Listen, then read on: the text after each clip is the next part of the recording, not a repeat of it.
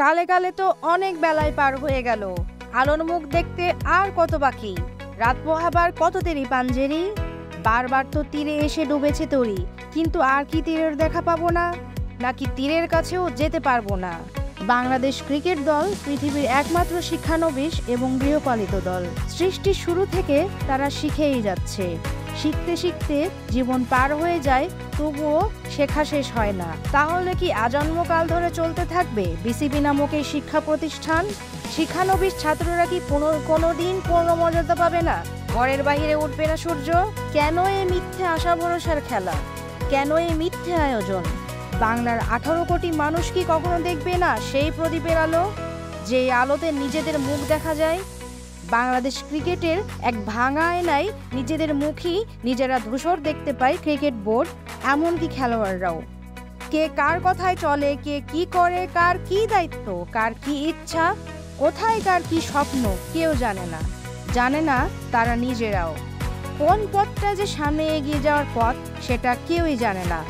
একসময় বর্তমান বোর্ড সভাপতির হাত ধরে বাংলাদেশের সর্বকালের সেরা অধিনায়ক মাশরাফি বিন মুর্তজার ভাঙা পায়ের দেহটায় ভর করে টুকটুক করে এগিয়ে যাচ্ছিলাম।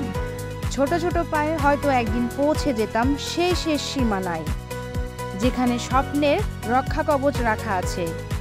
সেই পথ আজ ফুরায় না, আজ চিৎকার করে গান গাইতে হয়, এই পথ যদি এবার শেষ হয়।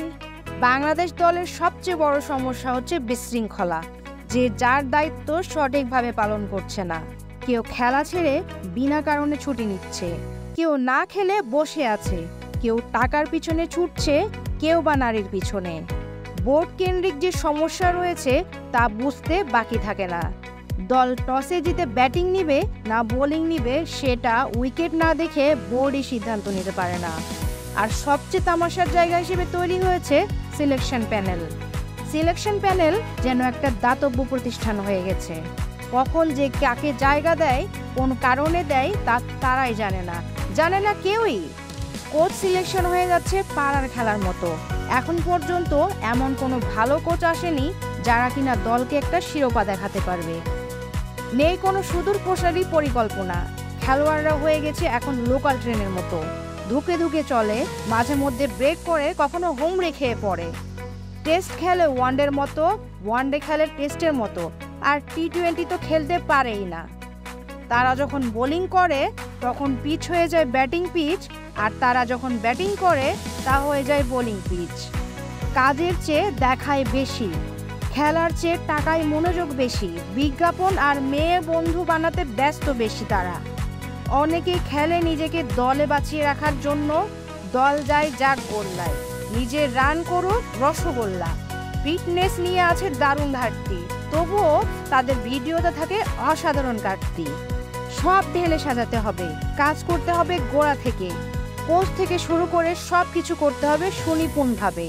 দীর্ঘমেয়াদী একটা পরিকল্পনা থাকতে হবে, যেখানে আমরা দেখতে পাবো যে অমুক সালে আমরা অমুক জিততে চাই। খেলাকে স্বাধীন করে দিতে হবে, খেলোয়াড় আর বোর্ড থাকবে যে যার মতো স্বতন্ত্র। একদম লঙ্গার ভার্সন আর একদম শর্ট ভার্সন, দুই ভার্সনেই আমরা যাচ্ছে তাই। এই দুই ধরন খেলার কোনো প্রয়োজন নেই। মানুষ বারবার স্বপ্ন দেখে, বারবার আশায় বুক বাঁধে, কাজ ফেলে খেলা দেখতে বসে। মানুষ আবেগে কাঁদে, উল্লাসে মাতে, দুঃখে কাঁদে। ধারাভাষ্যকাররা বারবার বলছিল দর্শকের কথা, ক্রাউড ক্রাউড ক্রাউড। কিছু হলেই খেলোয়াড়রা দর্শকদেরকে নিয়ে বলে, আরে ভাই, দর্শকরা তোমাদের বাঁচিয়ে রেখেছে, তাদের বিশ্বাস আছে বলেই এখনো তোমরা টিকে আছো। পৃথিবীর যে প্রান্তে যাও, যেখানেই যাও, পাগলের মতো ছুটে যায়। কিসের জন্য যায়? কোনো প্রাপ্তির গল্প আছে? অপ্রাপ্তি, দুঃখ, কষ্ট, গ্লানি, টানাচাড়া কিছুই দিতে পারেনি দর্শকদের।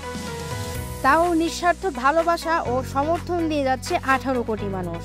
হ্যাঁ, আমরা অনেক বলি মাঝে মধ্যে, কারণ দলটা আমারও, তোমাদের একার না। দলটার নাম সাকিব দেশ, মুশফিক দেশ না, দলটার নাম বাংলাদেশ। পুরো 18 কোটি খেলে ওই মাঠে। মানুষ আর তামাশা দেখতে চায় না, দয়া করে তামাশা বন্ধ করুন। হয় ভালো করে খেলুন, অন্তত আমাদের চোখের শান্তি আসুক, দেখে যেন মনে হয় আমাদের ছেলেরা লড়ছে। নয় খেলাটা ছেড়ে দিন।